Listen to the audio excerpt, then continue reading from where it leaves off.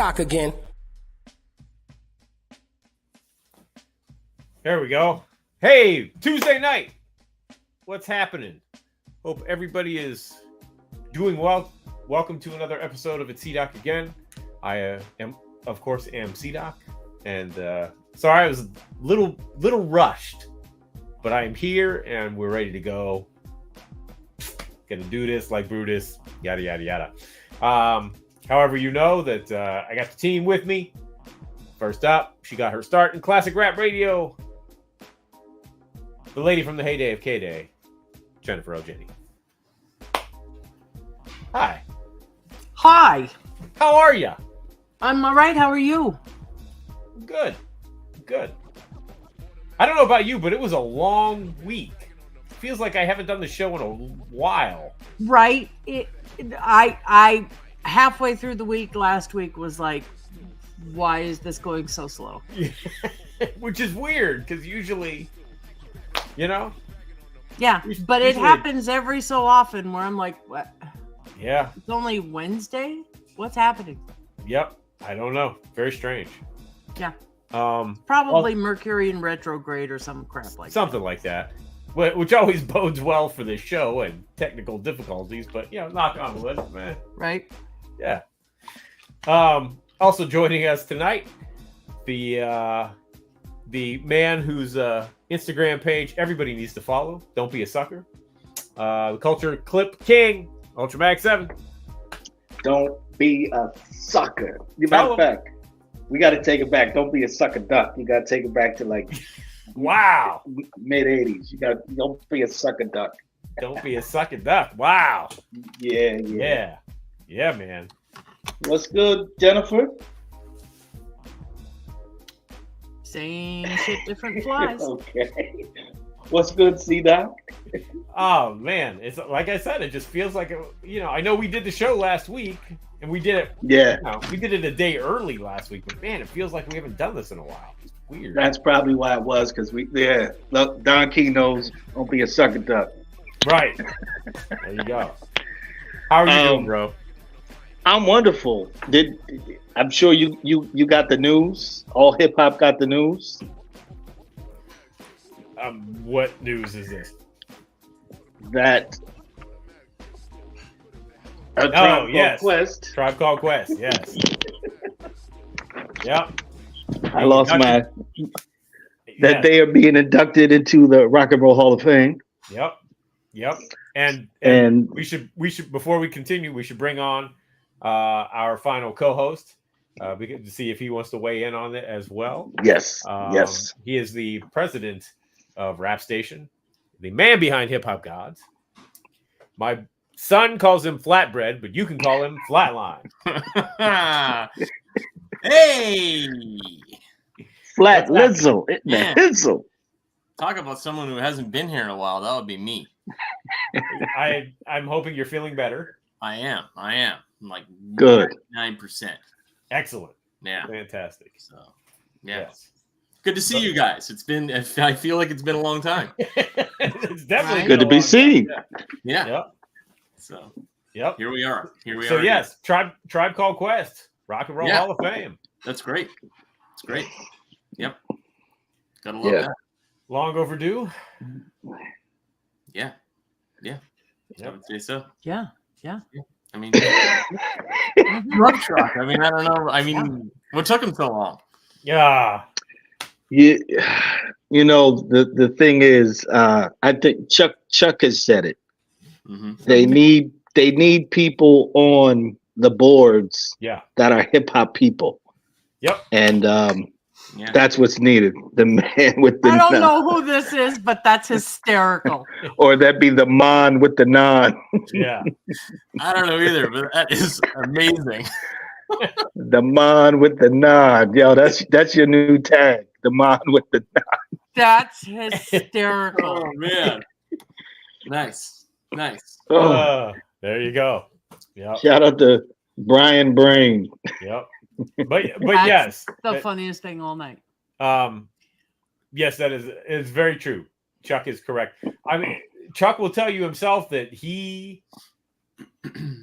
prior to PE's induction, he was already making inroads because he saw, he saw it. He knew it was coming up, and so he was going there and making inroads and trying to. He put in work. He put in groundwork before PE got inducted. So yeah. But also, what's great now, we have the National Hip Hop Museum, and I just saw Cool Rock Ski. I guess the Fat Boys were inducted. I think KRS-One was inducted. He was there.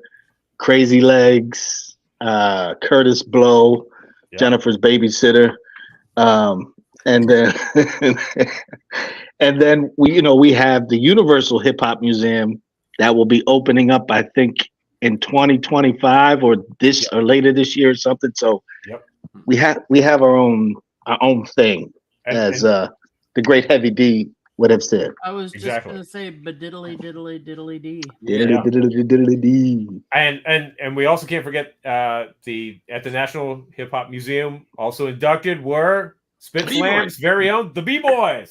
The B-Boys. 2, 3, break. Yep, down the brother. Yes. So, how could I forget that? Yeah, it's all good. So congrats to them. International Hip Hop Museum. Remind me which one is which.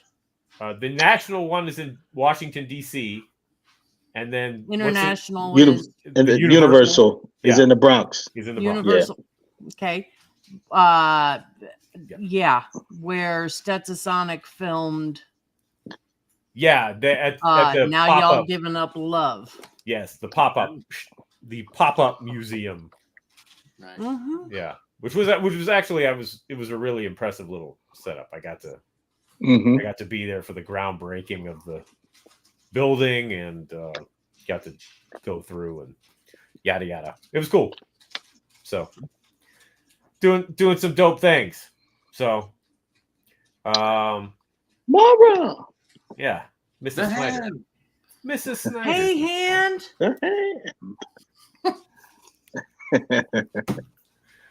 All right, let's get into it. Our guests are patiently waiting while we yap. We can yap later.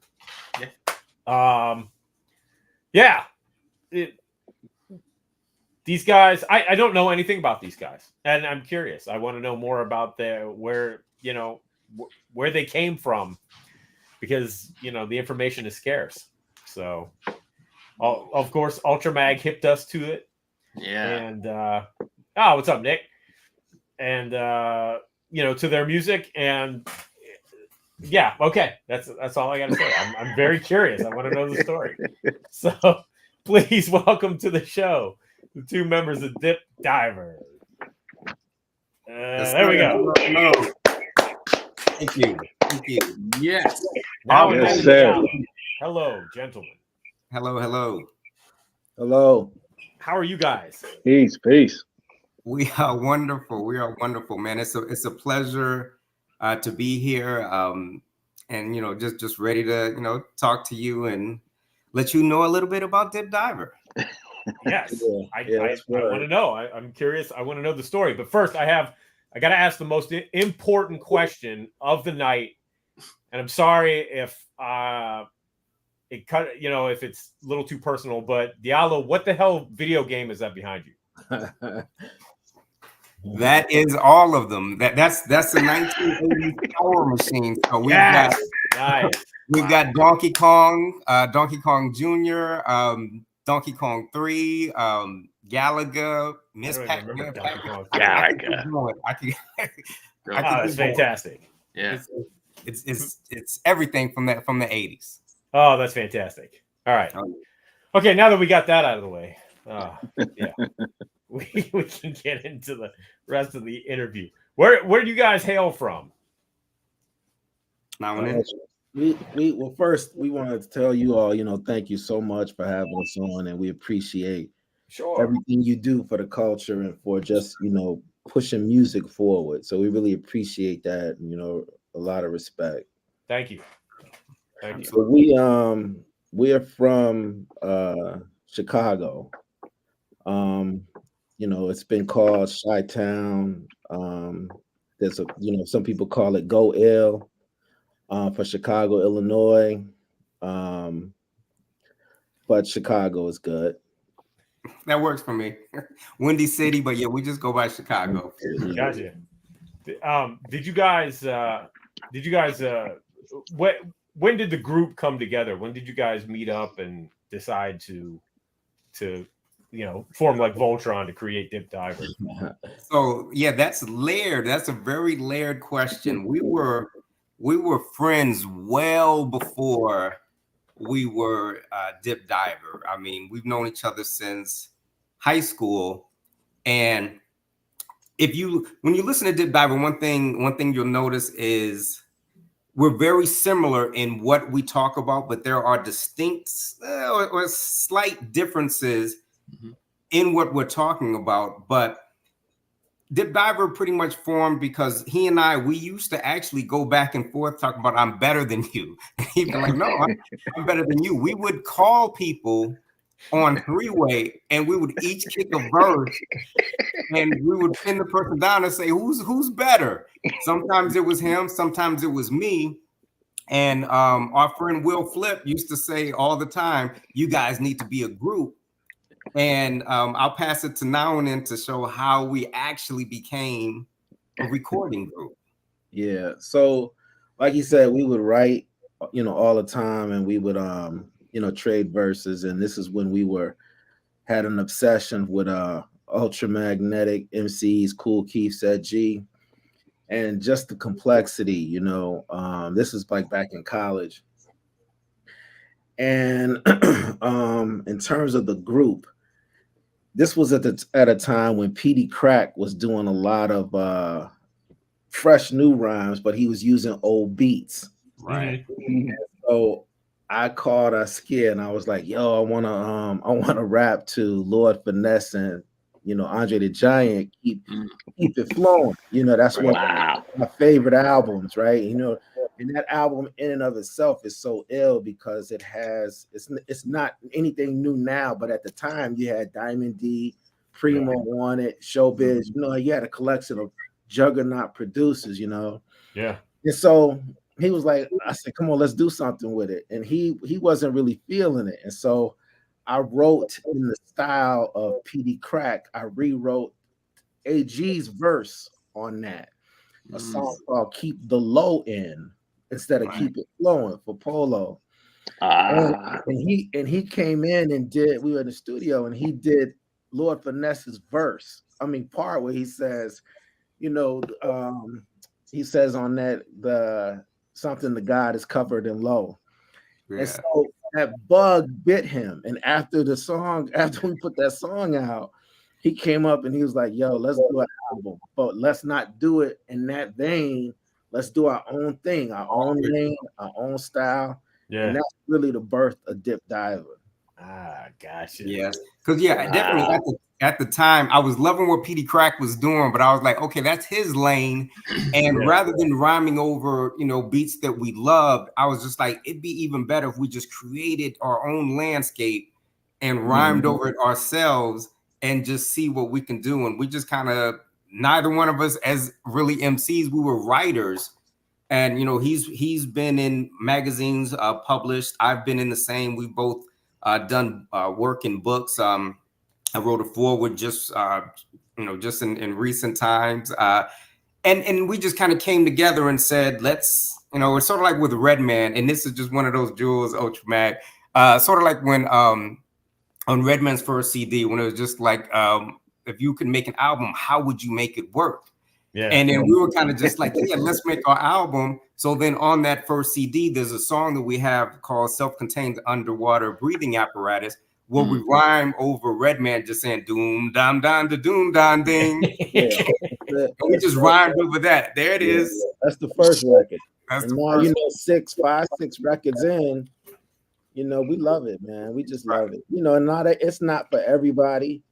But music is universal, and anytime you're doing your thing it's like a bucket list type thing, but it's in us. We were born and we just live this life. It's in everything we do. It's in, how we raise our seeds, from the wizards to what we eat, what we study. Everything is just what it is, Yeah. Yeah. Oh no, go ahead, Ultraman. No, I was just going to say, you guys say it's not for everybody, and true indeed, it's not for everybody. It's highbrow, but not being pretentious. And definitely shout out to my man DJ Archives, because he's the one that put me up on y'all. So Archives is like, I know you like this group, and you're into Wes Anderson films and imagery and stuff. So he's like, I'm going to send you this CD. He's like, I did some scratches on this record, and he sent me the record. And I'm like, yo, bro, are you serious? Like, this is what I've been missing. Like, this is what I've been missing. So definitely shout out to DJ Archives who put me down on Dip Diver. Yeah, Archives. Shout out DJ Archives. Yeah. Another brother we've known since that time frame, right after high school. So yeah, shout out to DJ Archives. Yeah, and it's like so pretty much our music they're really just us having a conversation with each other and with the audience, because what's in our music are the same things that we talk about every day just on the phone, and things that we find funny, or things that we like to make very intricate and say, hey, I bet can you decipher this rhyme? And we'll just go back and forth like that. And that's just that's kind of like our friendship on wax. Yeah, sort of like if Wes Anderson was a rap producer, what would he produce? Right. What videos would he make? That's how we get down. Right. That's dope. All right. Well, okay. So that's a good segue to my next question. Is that you talk about you're in this, and it's part of you, hip hop. What was the beginning? What got you into it? What was I call it the gateway drug. What was your gateway drug that got you into hip hop? Diver 2. So for me, it was, I could say Rapper's Delight and all of that, but from Rapper's Delight to Run DMC, it was just music to us. It was part of everything we listened to, so it wasn't really, for me, I didn't look at it as a separate entity, it was always part of me. When I decided I wanted to be part of it, there's a MC here in Chicago, and he's kind of like our KRS-One. He goes by the name of Steady Serve. And me and Steady Serve grew up together. And he just blessed me with he's a fount of knowledge of hip hop. And that was my introduction into hip hop. But what really did it for me, and of course, you got Rakim, you got Public Enemy, Yo Bum Rush the Show, but we got a radio station in Chicago called WHBK, and they always play, East Coast stuff. That's how it started out. And JP Chill, the host of it, Steady Serve, called me one night, and he was like, yo. I mean, he didn't say yo. We didn't say yo back then, but he was like, yeah, JP Chill is gonna play Criminal Minded, the whole album tonight. Wow. Me and Serve were on the phone the whole album listening to Criminal Minded. But the illest part is a couple weeks, because at the time you would tape it. It was a box radio, and you would have to record it on a Maxell or a TDK. But when I went to school, this guy named Michael Smith, we called him Too Tall, left-handed baseball player. He has this, I think he had like a members only jacket. He pulls out of his jacket the Criminal Minded cassette.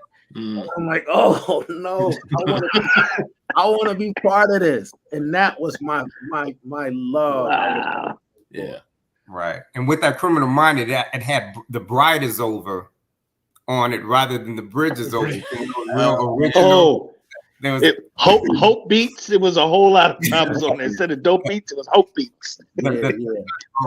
But yeah, so to answer your question from my point, yeah, it's pretty much what Nawanin said as far as it being ingrained. So when I think back to like a first memory to say, oh, this really brought me in, it's difficult because it seems like there are just so many things that are just intertwined into my thoughts. But if I remember one, one moment is I remember just being at a park on the south side of Chicago, and I really wanted to leave this park. And my Uncle Kurt said, to leave this park, you have to say, when I say, and these are, you have to say the brakes. And it was something he was on, and I was just like, what are you even, what are you talking about? There was like, green broken bottles everywhere. And I was just like, this isn't a fun park to play in. But he was like, you got to say the brakes. So we had this whole little, rap session in there of just me saying the brakes. So it was just a cool moment that I remember. It's kind of like an introduction, but it was just everything, because what it was just so encompassing that it was everything for so long in my life that I don't really remember a beginning. It feels like it always was. Yeah, that's what. Yep. So this is interesting to me because now we got two Chicago dudes on here, and now and then just brought up WHBK, but I know y'all rock the low, and that's a big thing with y'all. But tell people and explain to people about, the Darans, them there, Reg Knock, all that. Break that down, because a lot of people don't know that, the history coming from Chicago. Shout out to Reggie. Go ahead. Yeah. Shout out to our brother Reggie No. So the Darans is a collective of young Black men in the city of Chicago, in a city, who aspire to get over these hurdles, right? What you traditionally would see from inner city youth, systemic racism, but also thug gang violence, dope, drugs, just that negative lifestyle. And the concept was, and I'm forgive me if I misquote Darian's. The concept was to strive to be better, right? To strive to be educated, but it all is rooted in having a knowledge of yourself, right? Which is rooted in the nation and Islam, and being a better human being, but also that vain part of it being dipped, going to college, getting an education, being if you had seeds, being a present dad, right? Yeah. Overcoming and breaking the cycle of what the North America wilderness wanted us to be.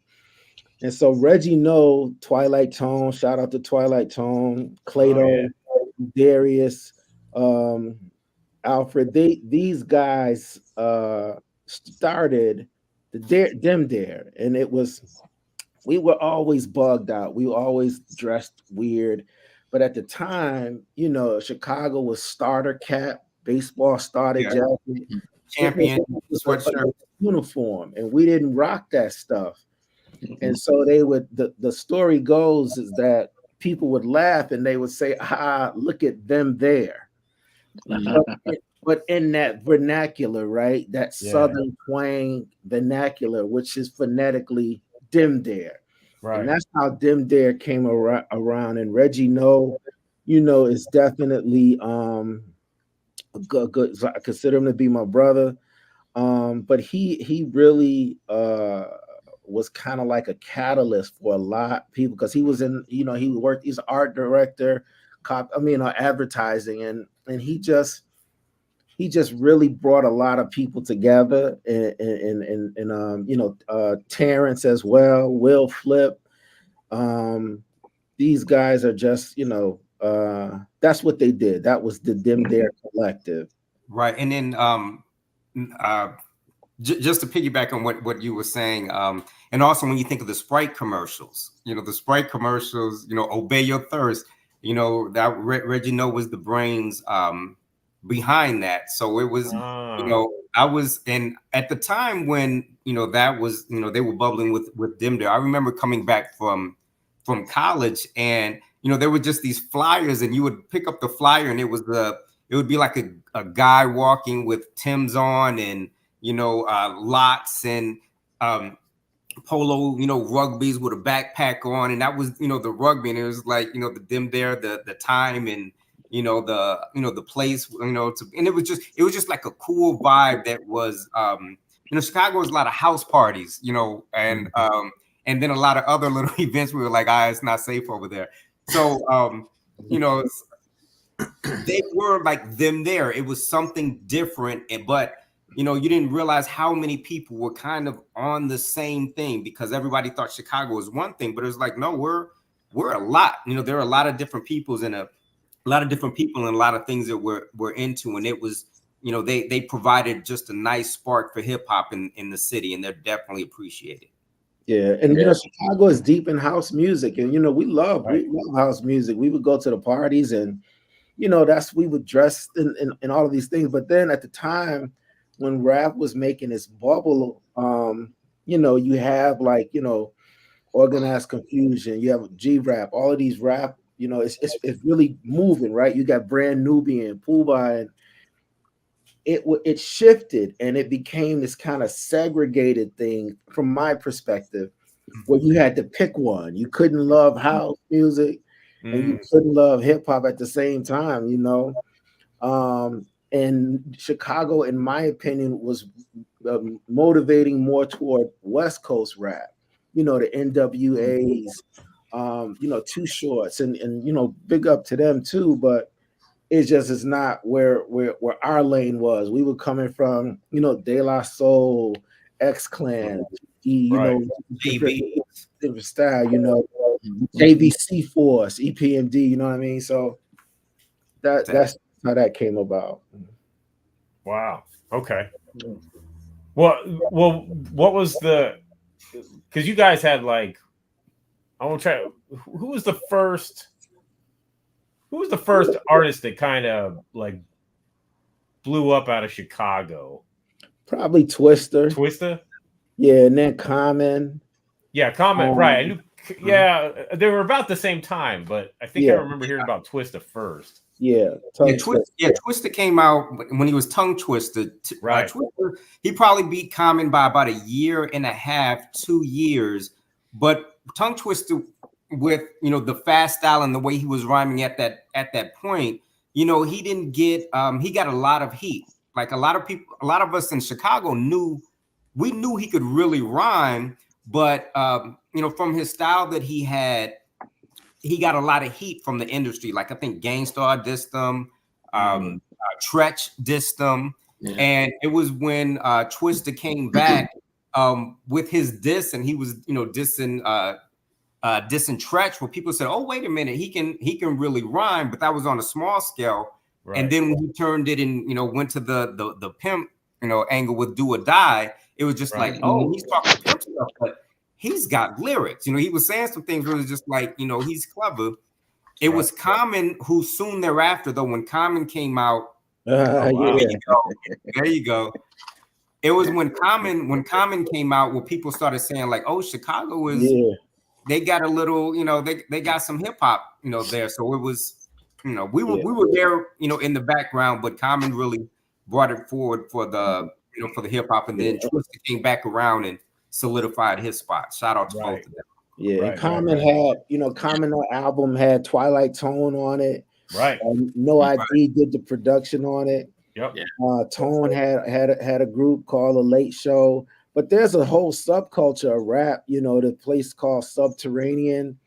These we got to give a shout out to Duro, who was a host for a lot of these parties. You know, the subculture of rap is Chicago rap is just like, it's a microcosm of world rap. Sure. You got your gangster rap, you got your you know, techno disco type rap, you got knowledge of self rap, you know, so it's a microcosm. It's just not one clear thing, you know what I mean? Yeah. Right. And then even within Chicago, there are different accents too. Like you can talk to different, there are people who, it depends on your, you know, your roots or what side of town you are. You know, a lot of times we in Chicago, we sound different. Yeah. Do y'all know my man GQ the teacher? You know him? Yeah, I don't know. Okay. I know him through other people. But yeah, I talked to him a few times on like social media. Okay, yeah, that's my guy. I talked to him, and you know, it's funny. I'm from New Jersey, but you know, he's schooling me on like Chicago hip hop and everything. So Shout out to my man GQ. Yeah, and all natural Tone and Dave. Yeah.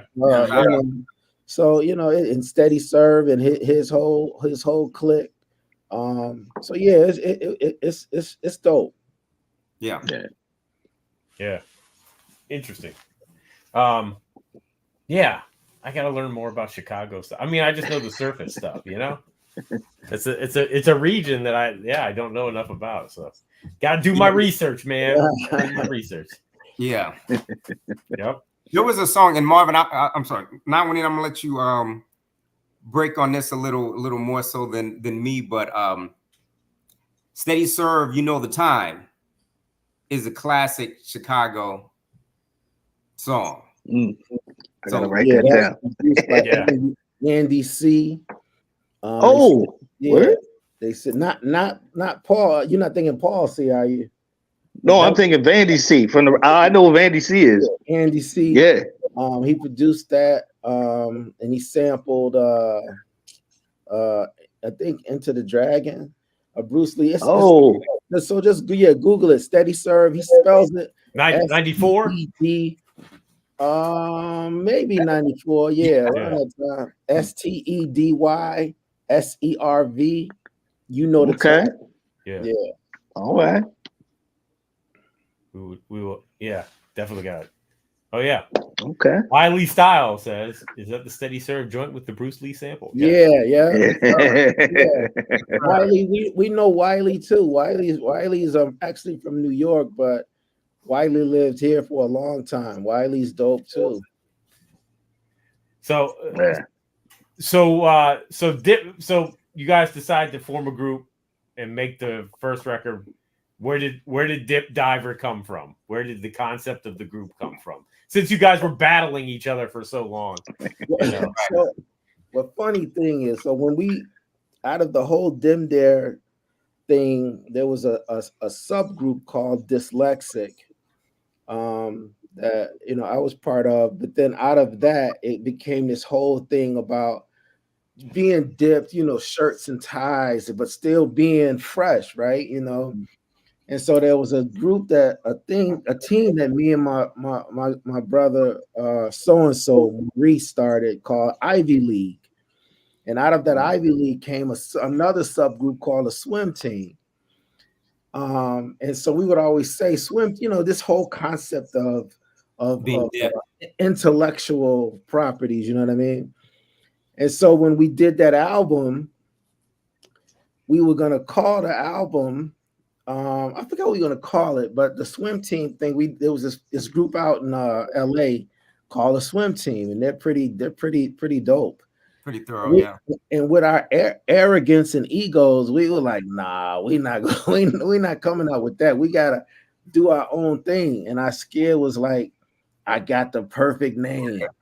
And he called me and he's like, Dip Diver. And I was like, oh, that's it.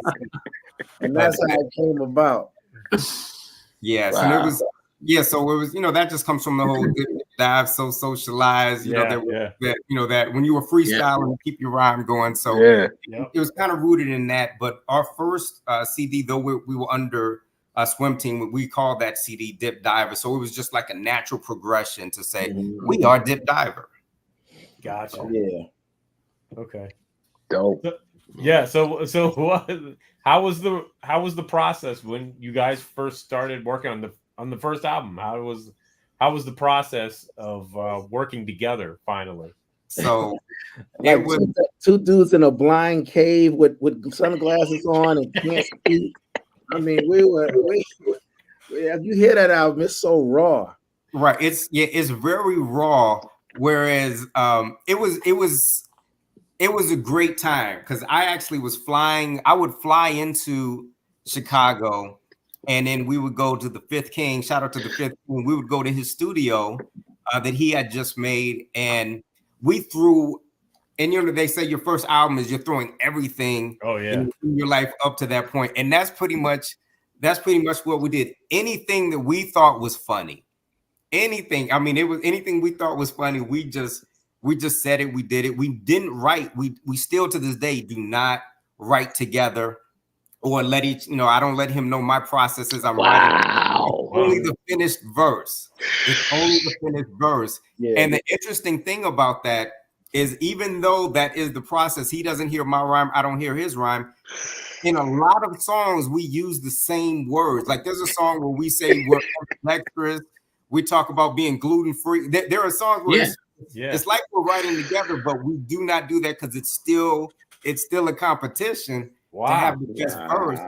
But so that first process was everything up until that point. Hey, what do you think let's do this? And we just went into the studio and did it. And we were very, we've improved greatly as far as, the recording process. But at that time, we couldn't get, certain samples like we wanted it to. So, so we did a whole World Tenenbaums thing, just talking to each other as opposed to just splicing in. So we're talking about the tennis grip on one side, on one song. And it's just like, but it was a great moment. We have people that tell us that the grittiness of that album is, why it makes it their favorite one. And we're like, hey, we're more polished now. But yeah, we were just throwing everything out there. And we do all our production on that album. My biological brother, Uncle Freddy, he produced 2 or 3 of the songs for us. And he grew up in the 80s, listening to Depeche Mode and Art of Noise and all of those. And that's how I got introduced to him and my older brother, Donald. But some of that production that he did, and he's so calculated. Though if you listen to the album, you'll hear about 2 songs that are actually, they sound like somebody produced it. Those are the ones he did. We did the other ones. We were sampling off the TV, old television shows. We were sampling, recording on the phone, playing it on the TV, and then running it through an MP3. Wow. There was a song on there. What's the name of the song? Now and Then with well, let me just break down. So he and I were talking, and he was just like, hey, do you remember that episode called Pumpkin? Not Pumpkin, was it Pumpkin? And he was like on the Bill Cosby show. And there was an episode so this is the original. This is 30-year-old Bill Cosby. When he was the gym teacher. He was the teacher. Yep. And there was a little girl who could not speak. She was left at the school, and this would not be appropriate now, but he took her home. And he was doing I think he even gave her a bath at one, but he was doing everything that he could to get her to talk so she could tell him who her parents were. And at one point he said, oh, do you dance? Let me play some music. He went to the radio and he played this song and started dancing. We said, we got to rhyme over that. Yeah. And wow. We found it and we rhymed over that little snippet and just looped it of just and that was it. Yeah. And on the writing style, Ultramag, C-Doc, and Flatline, if you listen to that first album, all of my songs except one are one long song. If you could play them all together, it's one long song. Oh, listen. I got an ear beating the other day from the Overlord of Fresh. Shout out to Fresh.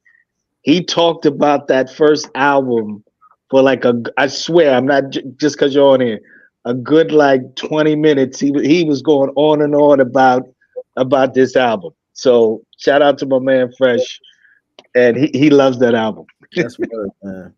Yeah, that was that album, I would say, I mean, it was really fun. It was fun for us to do. And we actually, in the process of it, it was not an album.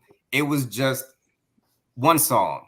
Then it was 2 songs. And it was just, it just became when I came into town, let's go to the studio. And it just became, let's throw this idea out there. And that's pretty much, what we did. And then we looked around and said, wait a minute, we've got 14 songs, right? Package this stuff and let's do something, and that's how that came about, and that was really going to be it. Nobody was really going to hear that CD, but the two of us and maybe two other people, and it leaked. And some other people, started hearing it, and we got a call from somebody who was just like, "Hey, I want to record this. Let's do something." And me and my arrogance, I was just like, "I want to record something brand new," because we were just in there playing around, and that's kind of how it went. And after every CD, we're like, "Okay, this is the last one, but let's do like one. Let's play around with one more." Yeah, and then here we are. Yeah, and then my younger brother B. And this guy who also is an architect, Will Flip. Will Flip is definitely an aesthetic king. But they were like, "Yo, y'all should have come out back when our time of hip hop, and y'all would have been dope." And that just kind of like was the stamp of approval. And it's not everybody in our clique, who loves our music. But enough people love it, and it's a true labor of love because it makes us feel good. We're putting out a product that we don't talk about dope. We're not talking about disrespecting women. We're not talking about drugs and violence. I mean, we arrogant, we're talking about being materialistic, but we also throw a lot of knowledge of self in it too, which Absolutely. is like a foundation. But we was born in sin, so we just try to do the best we can, man, and be righteous as possible.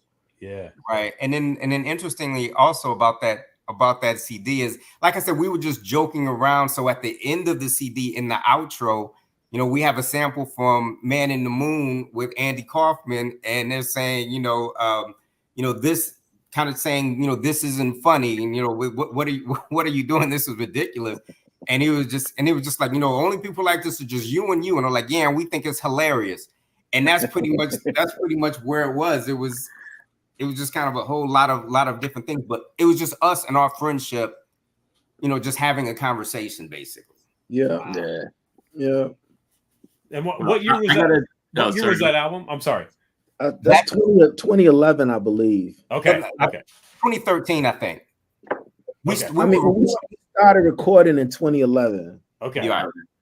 Okay. Go ahead, Flatline. Sorry. I was just gonna say, because I started with the Life Aquatic, and then listened to today, and it's funny because as I kept going, it was like, man, like these guys are so creative.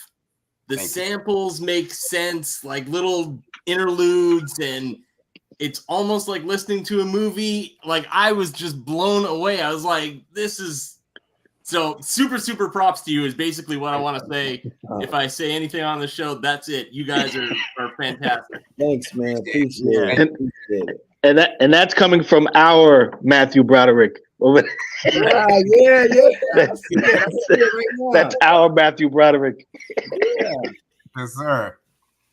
Yes, yeah, that's pretty dope. We sampled him too on the record. Yeah. Of course. Of course. Oh, yeah. One of my favorite movies. Yeah. And it's interesting because with the samples, a lot of times we'll have a space open and we'll be like, the universe is gonna send us something because I'm like, let's not force it. And then it seems like always there's something that hit us at the right moment to say that's it. An example was we have a song English Class.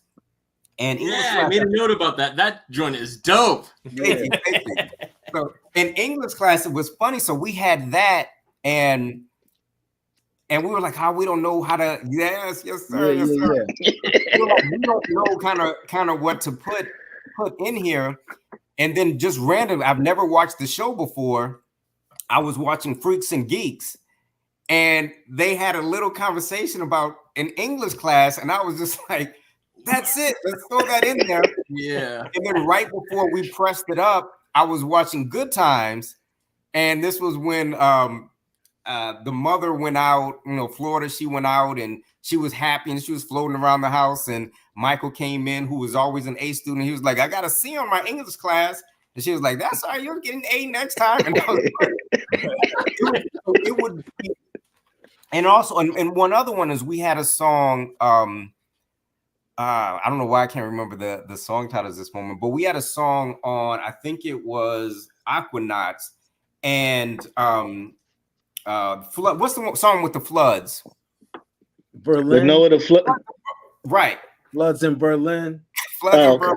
Yeah, so Noah the Flood was originally supposed to be on that. He wanted him to be on that one. He heard the other track and he was like, "Yo, I got to get on that." Yeah, but so then that there was a movie. I don't know. I wasn't even watching the movie, but I was watching one movie, and I didn't turn, and I came back, and it was a movie about Nazi era Germany, and then this guy did this whole rant, calling somebody an idiot. I was just like, that's it, and it fit just like 22 seconds, just perfectly, and it was just like so those things happen all the time. Where it'd be something that we'll hear or something will, and it'll just spark an idea, or it'd be just the perfect input at a particular moment, and it just works like that. Yeah, and we balance each other out. A lot of times I'll come out with an idea, and I scared be like, "Nah, we can't rock with that." And I'm like, "Come on, God, it'll be dope." And so we have a good left and right balance. That English class song is funny though, because when we picked that beat, I didn't like it, and it was gonna be his solo, and he we were going back and forth, and one day, I don't know what happened. I heard it, and I was like, "Hey, yo, let me get on that." He was like, "No." And I was like, "Come on, man, you got to get on that." And so that's how that came about. Wow. You get, but our solos. I just want to say our solos. And we're not. Nothing is ever new. You know what I mean? Everything we do this is what hip hop is. Yeah. But we love Ultra. We love PE, Jungle Brothers. This is who we Taylor Tribe. But our solos, I realized the other day, we pattern them. I mean, our records, we pattern after that critical beatdown with the solos. You have two MCs doing solos. Yeah. And so that's how those solos came about. Wow. Yeah. That I totally get that now. Yeah. As you say. Wow. I was gonna say, I gotta mention on Aquanauts, you worked with the late great Patton Locke. Yeah. So Peyton was a good dude. Let me just Peyton was a good dude, and the interesting thing. So we went to high school with Peyton. Really? We went to high school with Peyton. Peyton's from originally from the Boston area, but he moved to our area for a couple years before he then moved on to Jacksonville, Florida. Yeah. And we lived based on living Peyton, we lived like 2 blocks from each other on the same street. And then now and then, if I walk the other direction, he's maybe like 4 or 5 blocks. So we're all just kind of right there. But yeah, Peyton was a great dude. We were just, we call each other's brothers, and his was a great loss, but he was always such a creative guy. I remember when he first moved, and I first met him at the high school. He had a stack of comic books with him, and I remember I would go to his house, and he just had, and I'm like, oh yeah, let's just reading through the comic books. He just had a lot of comic books. He was always a great spirit, like a really good guy, man. So I shout out to Peyton Locke. That was he was a really cool guy. Yeah, I met Peyton once in Philly with my home girl Kira. He was DJing for the Perceptionists, and then I think it was before the show. We had dipped outside, and we were chilling for a while, so I got to talk with him, and I knew Dylan, and Dylan still bigs him up now, and so we just had that that one time. But he was a great dude. Yeah, rest in peace, Peyton Locke. Yeah. And shout out to Dylan and Full Play family.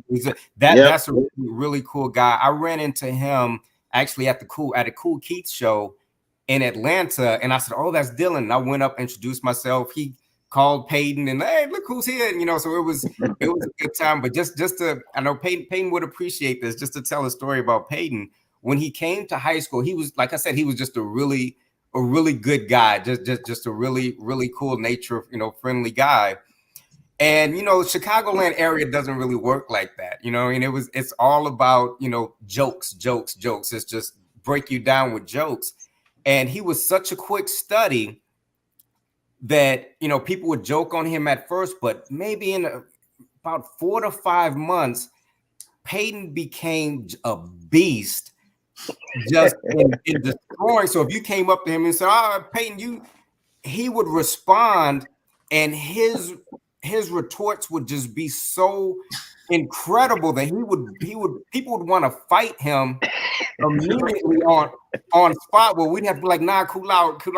He's cool, because he didn't have that, that moment or that point where he says, okay, this is too much. He was always too far. And he would say things that would just incense people, so quickly. And then it's just like, hey, you're gonna have to calm down. You're doing great, but calm down in these circles. But yeah, that shout out to Peyton, man. Really, really wonderful DJ, great MC, man. Shout out to him, man. It was I spent a lot of time, just hanging out. We used to take a train downtown together to to just hang out at Marshall Fields, and really cool guy. And he looked up to Now and Then as well. We all consider each other's brothers, and just alikes.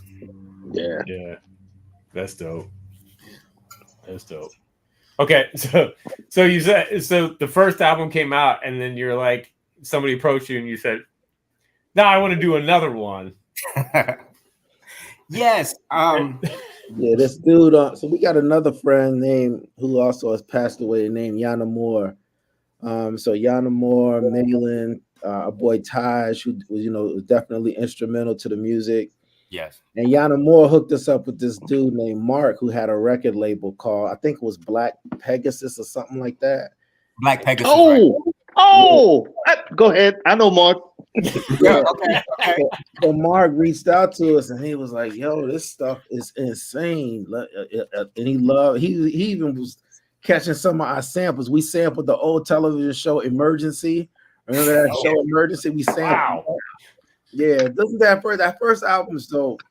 And he reached out. He's like, I want to press your record up and sell it overseas.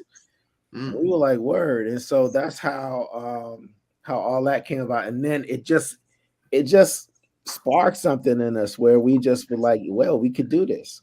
Yeah. I got one question for y'all. Did Mark hook y'all up with Cool Keith? No.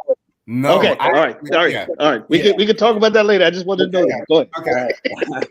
We can talk about it now. I mean, yeah. Go ahead. So Keith definitely was. When you look, Keith was the first artist I ever heard diss Rakim. If you listen to House and Things, he says fish.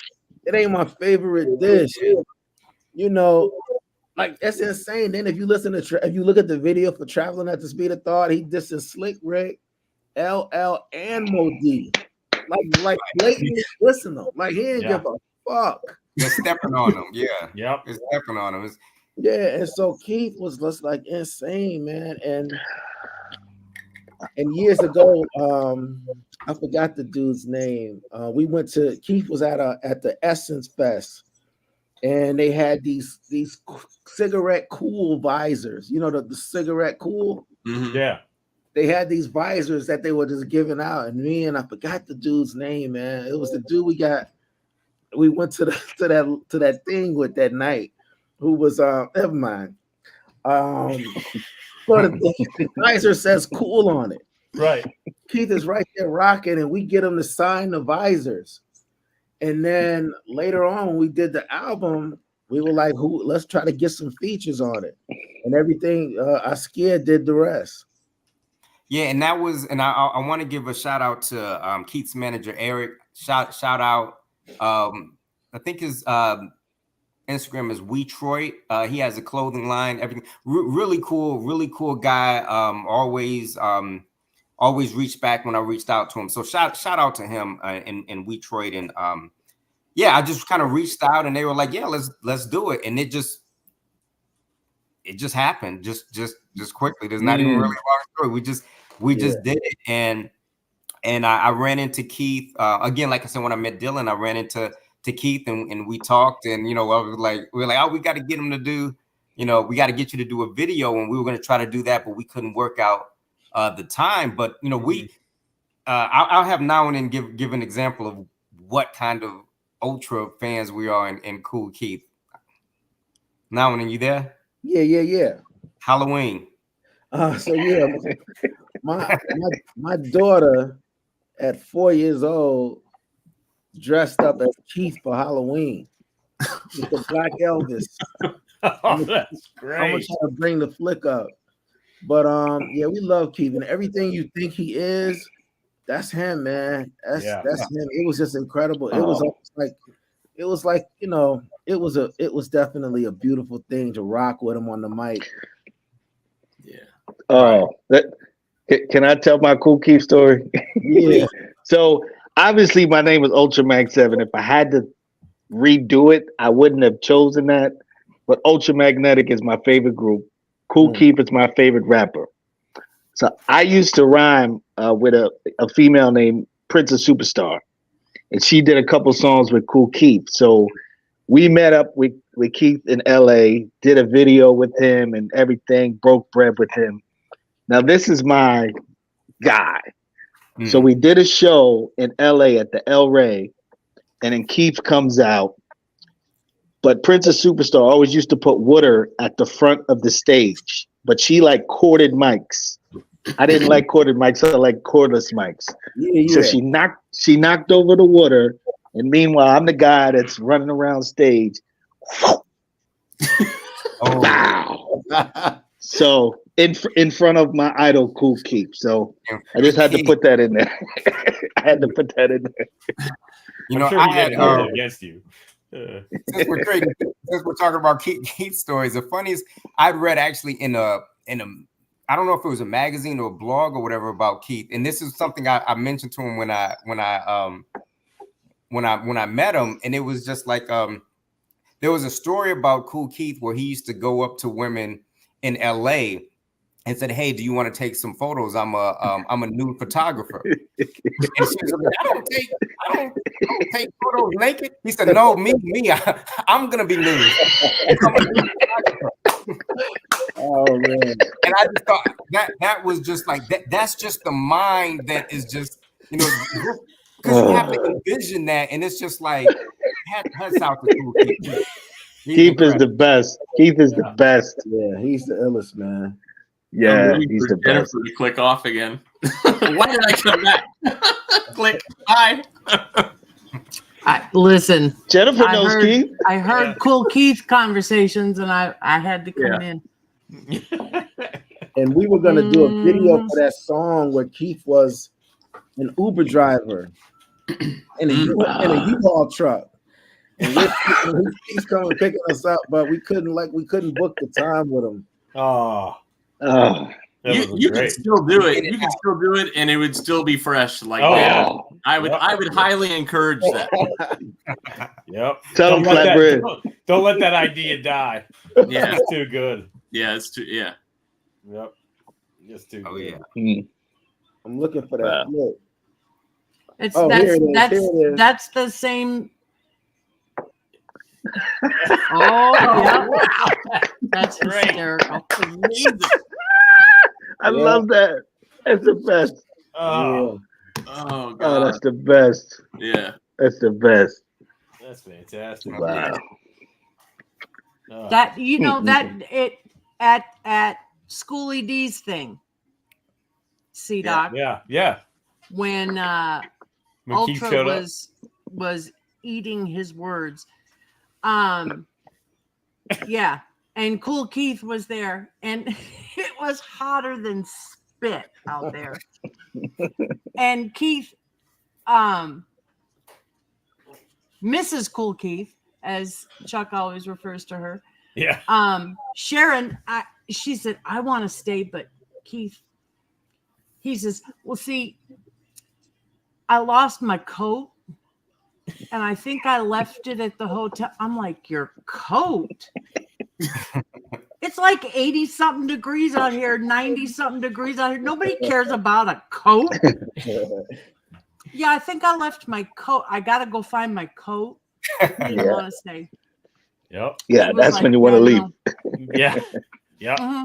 That's the polite way of doing it.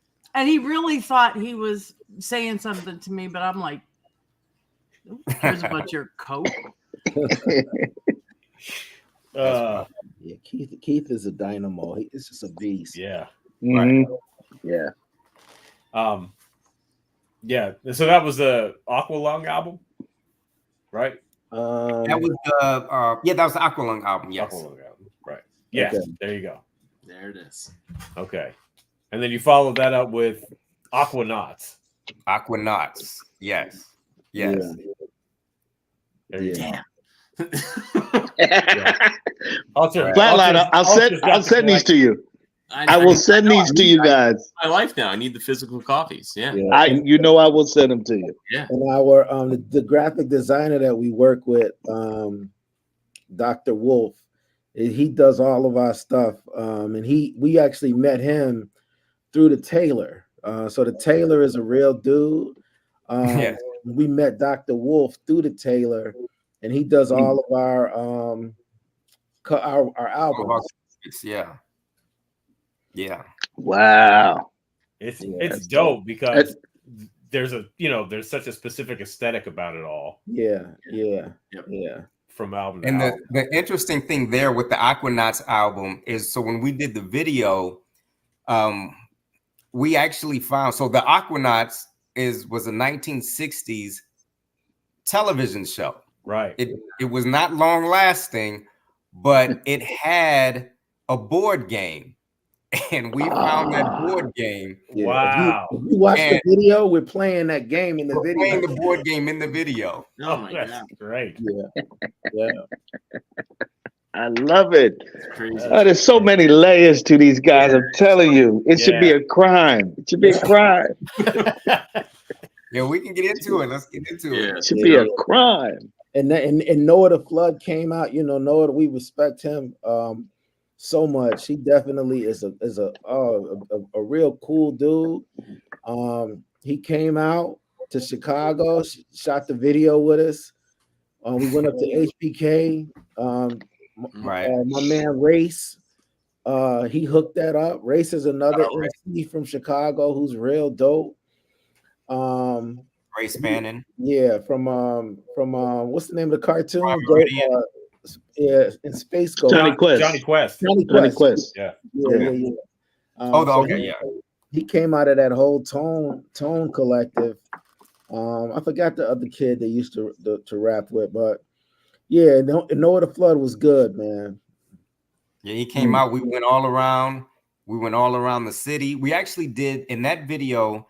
We actually did in 2 days because we had some really rough shots that we had to make. So first, I have to say shout out to my man Trill and Trillavision, because we tell him some of the craziest ideas, and he looks at us and says, "Yeah, we can do that." Yeah. Trilogy is incredible, man. We send him the storyboards, and he doesn't even flinch, because some of our ideas be bugged out, and Trilogy is like, hey, let's do it. And to give an example, so from that video, and that video was Savion Glover live at the aquarium, and so in that video, I had this idea where I wore a mask at some point, but then I was just like, it's me. I don't want the mask. I want you to know. I want you to see. I want you to see. That ego, man. That ego. I mean, that's the MC part. And I had this. I was flying. I was on a flight, and I was watching Batman. Return. Is it Batman Return? No, it's the one with Heath Ledger in it. The one with Heath Ledger. Oh, Dark Knight. And the Dark Knight. And as I was watching that, I was like, that's how I'm gonna get rid of this mask. And it was the scene at the very beginning where they have the buses and they're robbing the bank, and then he stands on the corner, he takes his mask, he throws his mask down, and he jumps into the vehicle and he gets away. And I went to Trilogy and I said, listen, this is what I want to do. And because that movie, of course, was shot downtown Chicago, I said, I want to stand in the same spot where Heath Ledger was standing. In the middle of rush hour. I want to drop the mask. I want to be picked up, and I want us to get out of there, and I want to mimic that scene exactly. And the interest and Trilogy just looked at me and was like, okay, he somehow figured out a way. Now, here's a crazy twist. So the way that the train went in The Dark Knight was not the true way that the train actually goes. So let's say it was going north, but it doesn't run north, it runs south. Okay. As an example. So when we got there, that was one of the things. It was like, oh man, the train is not going that way. It's coming back this way. The shot's not going to look right. And he said, oh, don't worry about it. I'm going to do this, and I'm going to have the train going in reverse. So we're going to pick. And it was just this whole thing. So if you look at when you look at the video, I'm standing right where Heath is standing. I dropped the mask down just like he dropped his mask. Now when he picked me up, I jumped in the car. We sped out. It's the exact same scene. And when I was talking about the universe, the way the universe works is in the movie, there are school buses that pass around. And if you look in our video, there's a point when we're driving in the car and you see a school bus pass us. So it's just like, God damn. I can't wait to watch this video. You gotta watch it. We only got 2. It's dope, but Trilogy, we were downtown and I got this mask on and I'm in the truck and I'm like, Trilogy, just do it one shot, man. He's like, no, we're gonna do it again. We gotta do it again. It's like over and over because he's such a perfectionist. And I'm like, dude, I got this mask on, man. We're downtown near the banking district. There's police down here. It's rush hour. And I'm like, dude. But it came out real dope. He needs a lot of shots and he needs his B-rolls. He's just like, no, we gotta. He said, I need it all. So so Trilogy, And the only person we know that caught that was our brother Rocky Mountains, man. He said he was texting us and he was like, yo, I caught the Joker scene, the parallel. I didn't think anybody was going to. I didn't think anybody was going to catch that. I didn't either, but yeah. Wow. Damn. These guys with the Easter eggs, man. I love it. Yeah. So I'm just throwing this out there. You know, next year, St. Patty's Day, you guys go out and do a video and do The Fugitive at the parade. Just saying. You can have that one for free. Yeah. You can do it. Let's do it. There you go. Give you some time to marinate on that. We'll work it out. Yeah.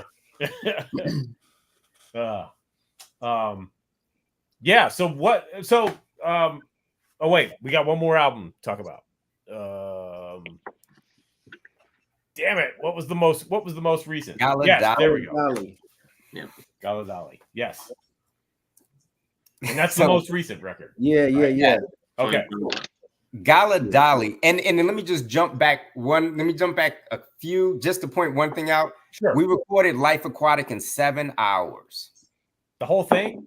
Yeah. I had just come out of I had a little surgery and we had a window to do it, and I had just been released from the hospital. And we went to the studio and we recorded the whole thing. So we left mistakes in there like Wu-Tang used to do. We just left them in there, but yes, that's all we had was 7 hours, and it was just like, wow, crazy. Yeah. Wow. Right. Okay. So Galadali. So the interesting thing about Gala Dolly. So if you look at that cover, as Ultra Mag, if you would put hold that it up, Ultra. Yes. So Ultra, Gala back it up a Dolly. little bit. Pull it back a little bit. Right there, right there, right there. So one thing about that. So I'm gonna talk about a couple things. The first thing, let me. Our other CDs are on the wall. Yeah, all of our previous nice. CDs are the paintings on the wall. The paintings on the wall are actually. Yeah. Wait, I'm gonna try to bring it up. You gonna bring it up? Yeah. Hang on, give me 1 second. Okay. Share screen. There we go. There we go. Oh shit. Okay. There we go. Right. Yeah. So you see Aquarung at top. You see Life Aquatic. You see and then Aquarung. and look all the way in the back. Look all the way to the left. Mm-hmm. Right there. Go up, over, right there. That's the first one. Oh, that's the first one. Okay. Swim team. Yeah. That's the swim team. So the interesting thing about this concept is, so when you look at the cover, it's a party. It's or what you would call a gala event. Mm-hmm. That Salvador Dali that's that's inside the gear there. Okay. But hip hop, and one thing that we do on all of our CDs is we have the traditional hip hop love story where we're talking and we're trying to win the affections of a woman on every single CD. We can't complete a CD if we do not have one of those songs. So that's our Bonita Apple Bum, the various Sally. I mean, just the various tributes. So Gala Dali is, if you think about that, you would think, okay, this is a gala, a party event for Salvador Dali, but it's a celebration of the muses of hip hop, the women of hip hop. And Salvador Dali's wife's name is Gala.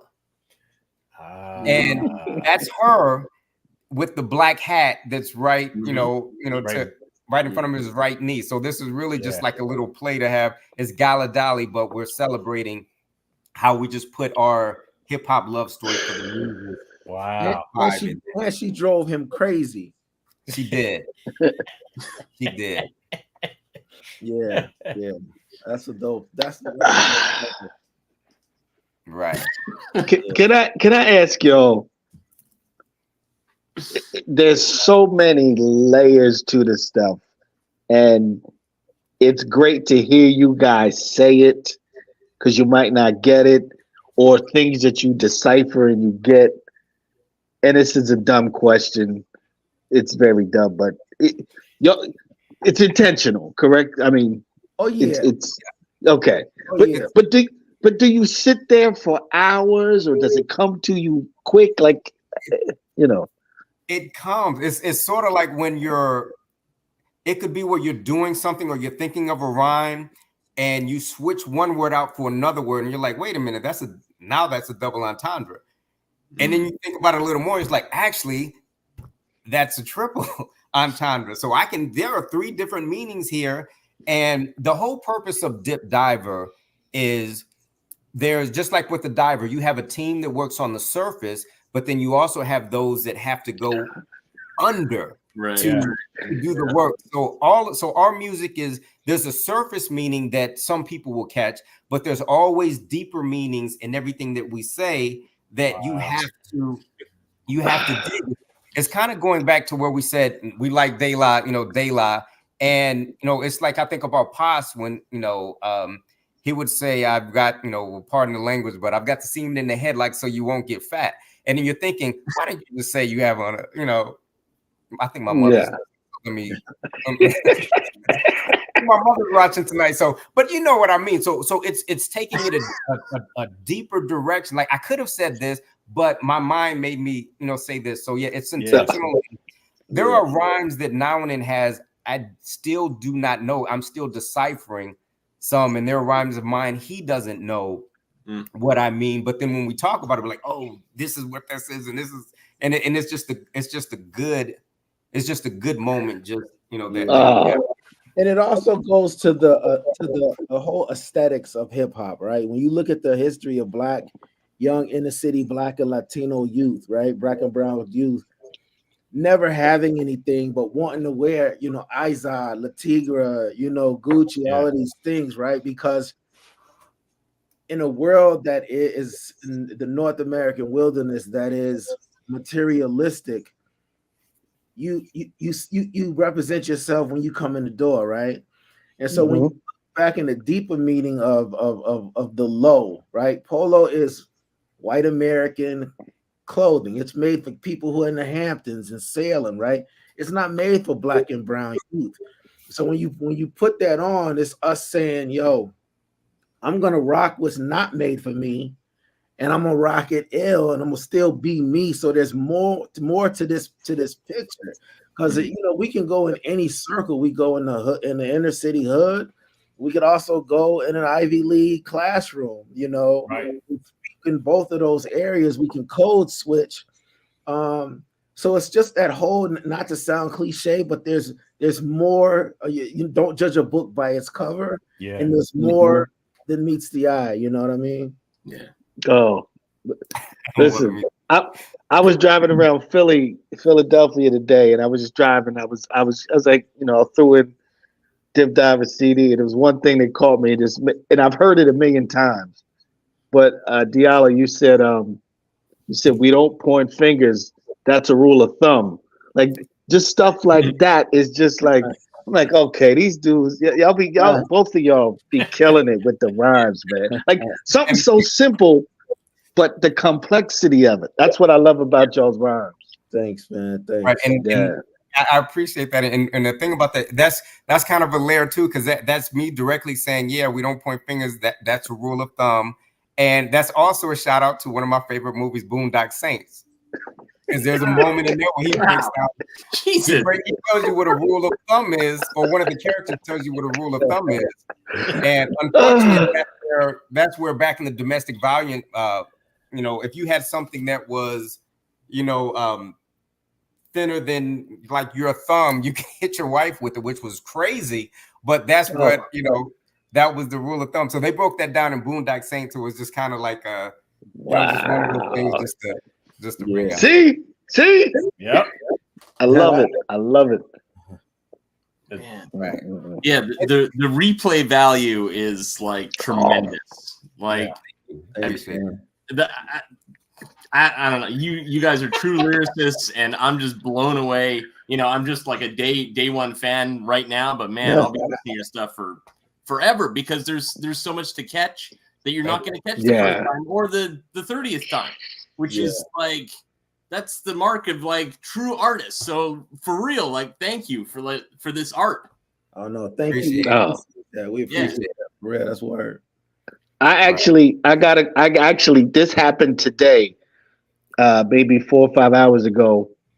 I got a call from Sugar Bear, our brother Sugar Bear, and he was like, yo, who are those guys that are coming on tonight? I'm like, yo, Dip Diver. He was like, yo, Soul Buck was playing a song, and he was like, they had that Tevin Campbell beat. And I was like, and I had to think, but the first thing I thought about was the Iron Sheik. I was like, yo, it's the Iron Sheik joint. Mm-hmm. He's like, yo, you got to send me that. That's the joint. He's like, I always loved that beat. So the OG Sugar Bear, Don't Scandalize Mine and all that. He's up on y'all. That's our brother. He pops on the show, but he's up on Dip Diver. Yeah, oh, that's good, man. That we're so appreciative, man. Really, really thank you. Yeah, it's it's one of those things where we definitely and that's one of our goals just in writing and it's pretty much just from us the years of trying to see who had the better verse, and it's just to make sure that we have those we like complexities. We like to read something and to be like, wait a minute, there's something else in here, and to be able to take something that may be simple and then make it more complex, like like a duck looks like it's just floating along, but underneath is just there's a lot going on. So we like a lot going on underneath, so it's not a one-time listen. It's just like, okay, I got it. It's and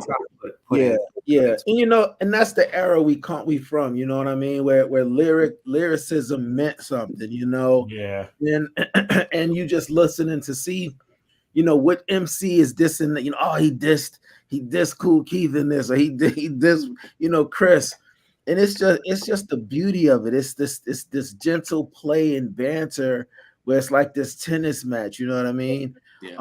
And we just love it, and we're educated too, which, and not that you don't have to be educated, right? But we want, and when we make a record, we make an album, we want the listener to come and know everything about us and experience what we take them on this roller coaster ride, a day in a life diary, you know what I mean? Yeah. Yes. Yeah. And one thing I will say, just to give respect, to Nounen, as I was speaking just about the complexities, where he had a rhyme on our song Dinner Dining where he said, "I read your tweets. They were simply for the birds." Now you look at that, that's just, okay, yeah, you read the tweets, they're simply for the birds. But then you think about it, okay, he didn't tell me this. I was kind of listening, and I said, wait a minute, it was just like a what? And then I thought about it. Twitter's logo is a bird. Yeah. And I said, birds communicate through tweeting. Birds is like, you call somebody a bird, that means you're a bird brain. And then just the idiom strictly for the birds just means that you're useless. So I'm sitting there, I'm like, I took 4 different meanings out of that one line, and I called them, and he was like, yeah. Okay. The feature. That's word. Wow. Yeah. The feature. Yeah. That's so dope. That's so dope. But yeah, it's and another, just to bring up another thing that we just with the details, another one of our favorite movies that we played on in that Savion Glover video was The Usual Suspects. And so there's a part, of course, when when they're in the office and well, hold on, Askil. Let me pause you for a second. So you all saw the movie The Usual Suspects, right? Yeah, sure. Of course. Okay. So I scared the story he's about to tell you. He calls me one day, and we're bugging. We were telling this to the tailor too, and the tailor is like, he's like this mastermind, right? He's just very knowledgeable. And the tailor, for those of you who haven't seen the video, he's the dude in the video with us. Wait, that's a real tailor in the video? He's a real tailor. Now he's like our Bogota or Q James Bond. He's not a cornball dude, but he's a real tailor, and he reads. He's a survivalist. This dude is he does all this stuff. And so with Diallo is telling us about this story with the movie, and the tailor goes like, "Oh my God, you're right." So the story he's about to tell you, listen to this. Just listen to this story. Now you're putting pressure on me. So in the movie Usual Suspects, I've seen it 30. I mean, I don't know, countless times, but I was watching it one day, just kind of like, I know the movie, I could probably quote the lines, and I get to the end of the movie and I just throw the remote control down, because in the movie, as the director said, Verbal Kint is Kaiser Sose, but I'm watching it and I'm like, Kobayashi is really Kaiser Sose. Let me tell you why. This is what happened when you see the mugshot, when Giancarlo Esposito pulls that mugshot off and they race with it, and you see that mugshot, it looks like both Kobayashi and Verbal Kint with the the hairdo and the face. They have very similar features. But as I'm watching, I'm thinking to myself, and I'm like, we know that the story is made up from looking at the wall, and Kobayashi was on the cup. I said, but the one thing, so we don't know. They say you don't know what's true, but 2 things we know. We know that the lawyer girlfriend is true because she's before the story is told, because because she's seen in the restaurant. Right. When so she's seen in the restaurant, and we know that Kobayashi, the lawyer, is real because he picks up Verbal Kent at the end. Right. And the purpose of Kaiser Soze was he hired people to do jobs for him. Right. And so when you look at the very end, there are two things. There are actually about five, but I'll only do two to not take up too much time. But so if you look at the end of it, when you know that Verbal Kent is a hustler, they say that he's a hustler, and that's how he gets into the mix. Right. He straightens himself up. When he steps into the car and Kobayashi looks over at him, they freeze on his face, which is soon after they showed the fax machine. Right. It's the same face, but he has wrinkles. Kevin Spacey's character, Verbal Kent, does not have wrinkles. He looks more like the fax machine than Verbal Kent's character.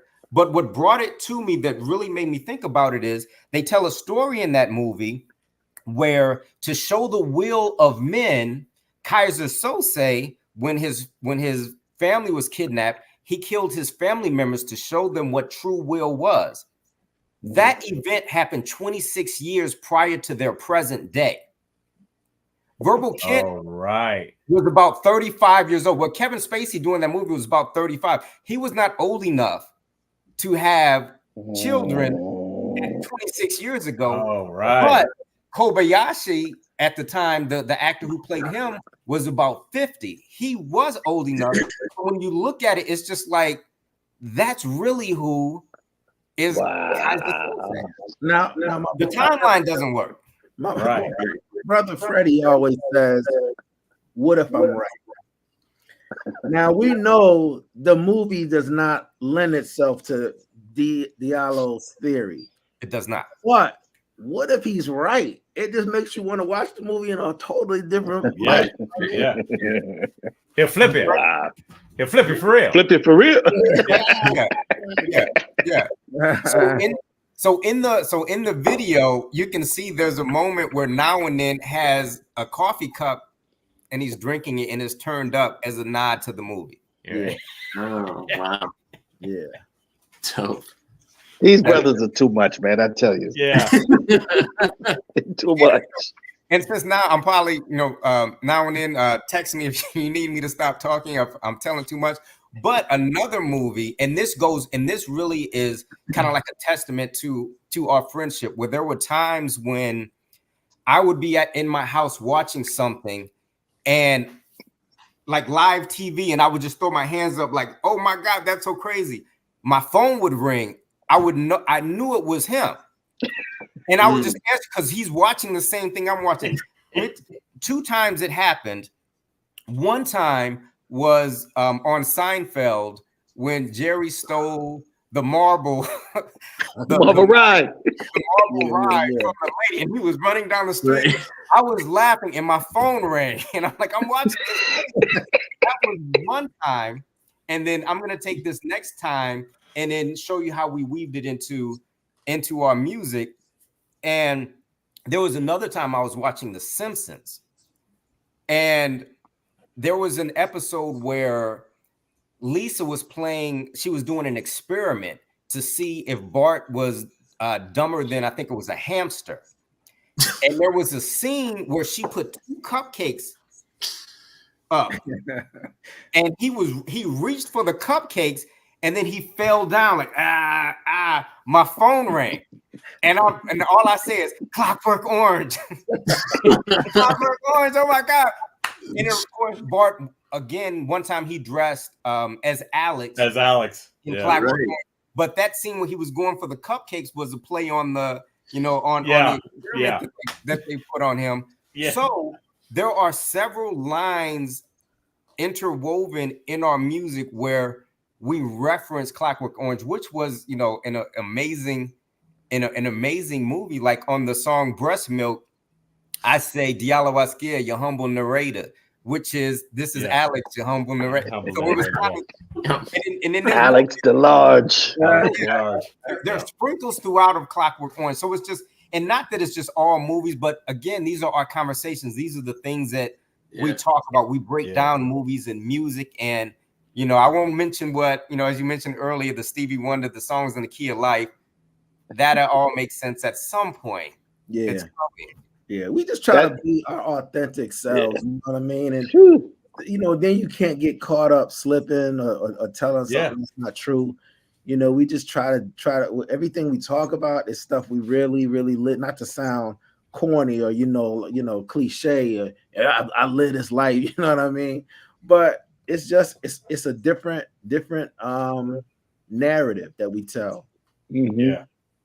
It's dope. It's so dope. It's great too, because we talk about it. The, you know, Ultramatic, Flatline, and myself, we talk about how there aren't a lot of groups that have the guts, the cojones, if you will, to do this kind of music anymore. You know, even groups that did do it back in the day don't even really do it anymore. Yeah. You know. Yeah. So thank God for Dip Diver. Yeah, we applaud you, man. That's right. Thank you. Great stuff. And real quick before we wrap up, so you sent over the new song, new joint. Yep. You heard it? Yeah, we heard. Yeah, I did. I listened. So yeah. Is it, you know, single, or is there something coming behind this? You know. Yeah. Look, you don't know. Okay. He tries to be so secretive, man. I'm just gonna see. Probably be tripping later, but yeah, it's a single, man. We got a video coming for it, and it's insane. It's coming. Trilogy, shout out. Shout out to Val, the team. Yeah. Will Flip, B. This, I'm telling you, this is gonna be. Guys, what up? The video is Trilogies, and he's piecing it all together. So we're going to kind of bring that out, and there's a Clockwork Orange line in Palms Up as well. We just spoke on that. So and we just like imagery. We like the details. You know, that's all. We just you know, like to explore those things and not be so one-dimensional. Yeah. Right. I mean, even though, you know what, I pretty much rap about the same thing on every record, and just to see how differently I can say it, you know what I mean? But you know, that's the beauty in trying to, you know, push that envelope, you know what I mean? Right. Super dope.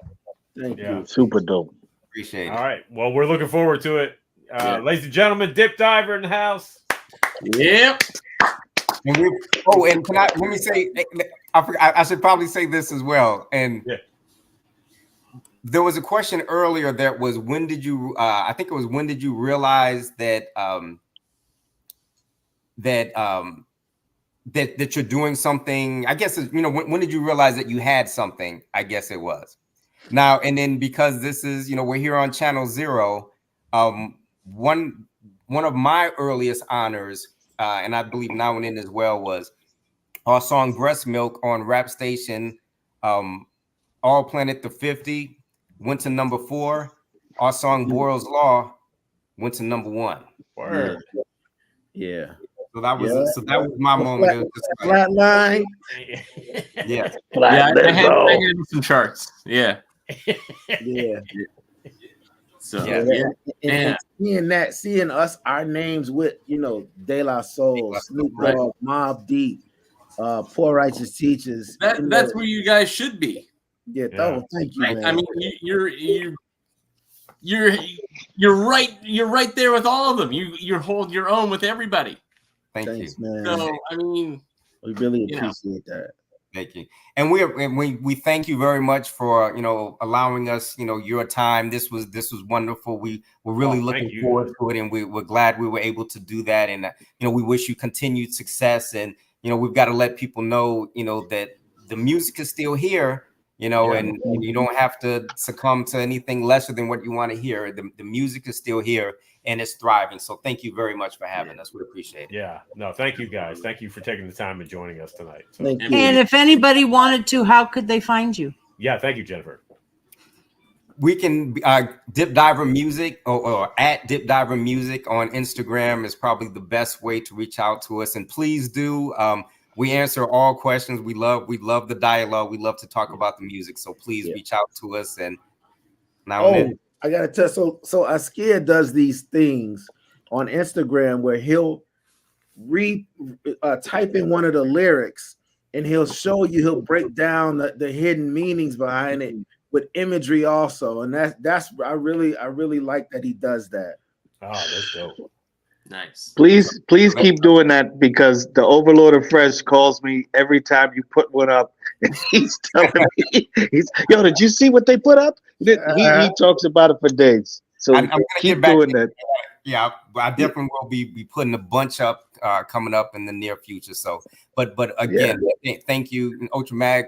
The videos are just wonderful. The mashups are incredible. I mean, thank you. C-Doc. Again, and when we got the Ultra Mag mashup, we both were like, "Oh, we made it! We made it!" More to come. More to come. More to come. Yes, sir. Appreciate you. Word up. Yeah. All right, guys. Yeah, thank you so much. Thank you, Dip Diver, everybody. We'll give them another round of applause real quick. Yes, we will. Yes, we will. Thank you all. Looking forward to more. So yes. All right. Thank you, guys. Peace. Thank you. Appreciate it. Peace. Fantastic. Yes. My kind of music. Yeah. My kind of music. Okay.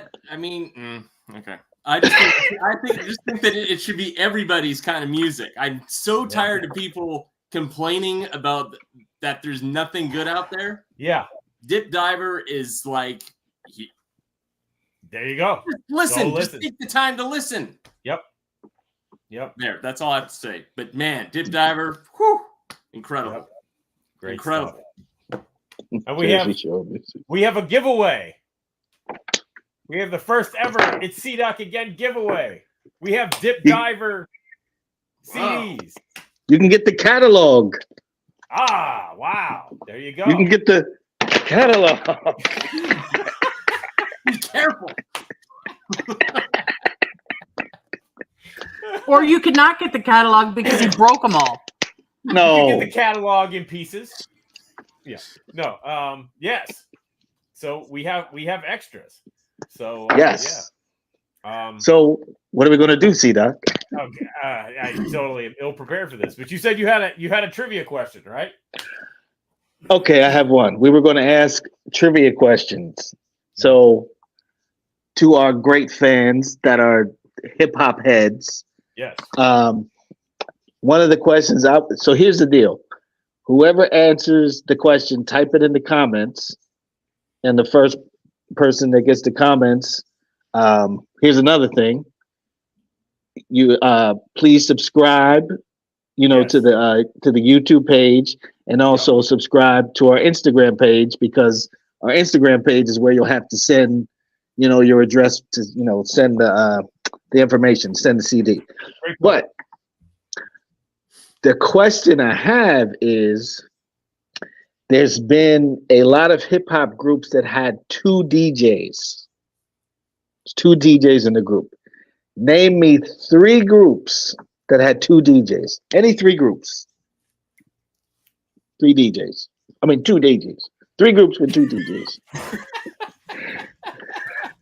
Sorry. Don 3 Key, groups. You don't have Instagram. Come on. You can get it to get the. Yeah, you can get it to get the. No, 2 DJs. No, 2 DJs. Yeah, don't listen to him. He's making it all confusing. 3 groups, 2 DJs. It's not too hard. Come on. It's really not hard. It should not be Really for not hard at all. For our listeners. Yep. First person that gets it, you will get this. You watch this group tonight. You love them. You'll learn the music. I got all the CDs out front, and the rappers are out.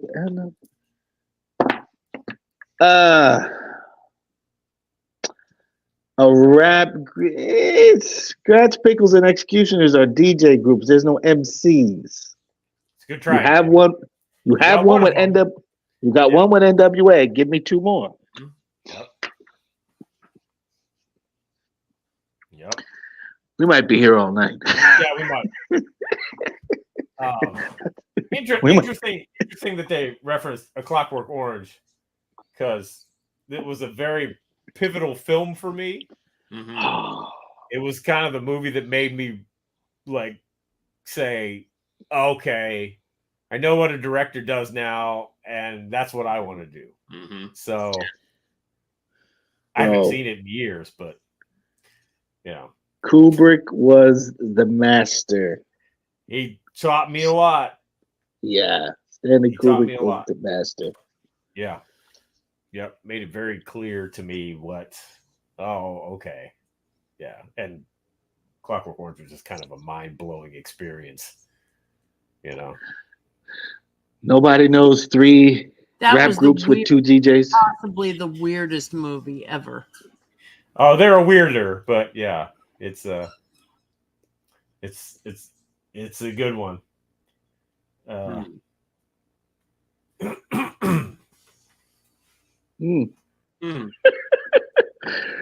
I don't know if this is going to go over well.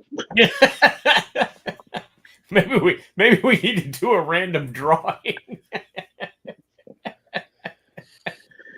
Okay, who wants the CDs?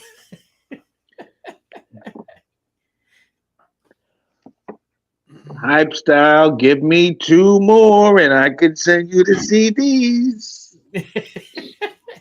2 more? He gave you Dougie Fresh and LL. Oh, he said Dougie.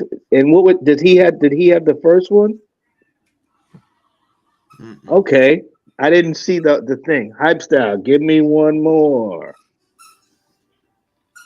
Yeah, since Nick already gave it, I can take a other one. I was going to say, if nobody said LL, I was going to start swinging.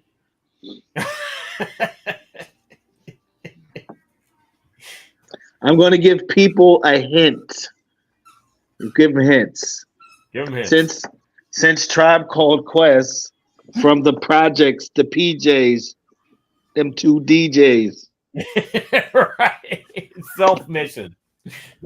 Yep. That's a good one. I didn't even think of that one. That's a good one. Yeah. Yep. That's a good one. It's easy. Does anybody know? I was thinking of the guys that did What's Golden. All right. Hype Style gets a CD. Hype Style gets many CDs. There you go. Going back to LL, does anybody know who was the DJ on Go Cut Creator Go? It wasn't Cut Creator. Bobcat, wasn't it? Mm-hmm. Yep. Bobcat. Yep. And there were 2 cut creators, though. But neither one of them was on that record. No. So listen, Hype Style, and I believe Hype Style's on Instagram. So, go to the It's C-Doc again show page, and just put your address in there, and you will get these Dip Diver CDs. I think we should wait till next week. We'll do it again next week. Yeah, we can do it again. That's cool. We'll be here till the cows come home. That'll give me time to think of an actual trivia. Yeah, you come up with the question. Since I didn't do it. Okay. Yeah. But yeah. Yeah. All right, we got one winner. Hype Style. Way to go. Hype Style. Thank you, sir. Yep. Kate just said brand Nubian. Those CDs are going to a good home. Good home. Yep. Brand Nubian. Well for all. Brand Nubian. All for one. Lord. Hip Once again. Karaoke version. Hey, you didn't. At least he didn't bring up you know who. So. You mean Great noise, great NCE, dropping the pesos. We rock free. Oh wait, R Tuda, A Tuda, rugged. Oh, stop, please stop. God bless America. R Tuda, A Tuda, rugged. A little too karaoke for me. That's funny. All right. Well, our show, a little future shot. Our show, speaking of that, our show is brought to you by. It's brought to you by Hackensack Brewing, where my good friend Flatline has Auga, which was made specifically for the Awesome 2 and their 40th year of in hip hop DJing, but that's the 50th year of hip hop can. But I will say, May 19th, if you're in the area, you should go to Hackensack Brewing, because now they're going to have their Vibes in the Garden series, which the Awesome 2 put on. And I believe Grandmaster Kaz is going to be there. I've seen Nice and Smooth there. I've seen Large Professor there. All types of stuff. So you never know who's going to be in the house, but Hackensack Brewing, Awesome 2, be there, be square. That's our sponsor. You might see Greg Nice. Greg, and I see E. dropping the place. Okay. And the show is also brought to you by the Spit Slam Record Label Group. The Spit Slam Record Label Group, a Chuck D situation. Catch us on your favorite streaming platform, on Bandcamp, or visit our official web store at spitslamrecords.com. All releases are available digitally or on CD, with select titles available on vinyl and cassette. The Spit Slam Record Label Group. Throwback to the future sound. Yes, indeed. And speaking of Spit Slam, you can join Flatline, Mr. Chuck D, and myself on Friday nights for the Agin Don't Stop Radio. Oh, the pointing. Agin Don't Stop Radio show. 2 hours of hip hop goodness, and I play the Spit Slam Jam of the Week. And you can also catch Ultramag, JenniferOJenny, and our man in Amsterdam, who's not really in Amsterdam, DJ Soulbuck, Sunday night, 8 p.m., right here on Channel Zero with the mixtape, where Soulbuck will be spinning the tunes for our upcoming guests and for next week's show. And who is our guest next week? The one and only Lord Sear. Lord Sear. He's going to snap on us. Hey, oh, man. Hey, I tell you this. I got to get some. Lord Sear has a beer. Oh, yeah. Right. From Hackensack Brewing. Yeah. Lord Sear has a beer. So hopefully, maybe I'll be able to get that before the show. But I want to answer Don Key's question. That earthquake was felt all throughout New Jersey, because I'm about an hour and a half from Hackensack, and we felt it down there. So that earthquake hit New Jersey. Yeah. It hit certain areas of Pennsylvania, too. So. Aww. Yeah. So sad. Well. It's weird that they don't get it. That you guys get earthquake all the time. They don't. What do you want me to do? Cry? I don't give a fuck. Okay. Wow. All right. So there you go. Yeah. And that's our show this week. Jennifer doesn't give a fuck. No. Earthquakes in New Jersey. I want to thank Dip Diver for spending time with us. I want to thank my fantastic co-hosts, Ultramax 7, JenniferOJenny, and Flatline. And I want to thank everybody watching live, everybody watching on the replay. Please like and subscribe. We really appreciate it. And as Ultra said earlier, follow us on Instagram. You know, it's follow all of us on Instagram. JOJ is ruthless. I live in California. What do you want from me? I love it. I don't know. And we'll catch everybody next week for another episode of It's CDOC Again.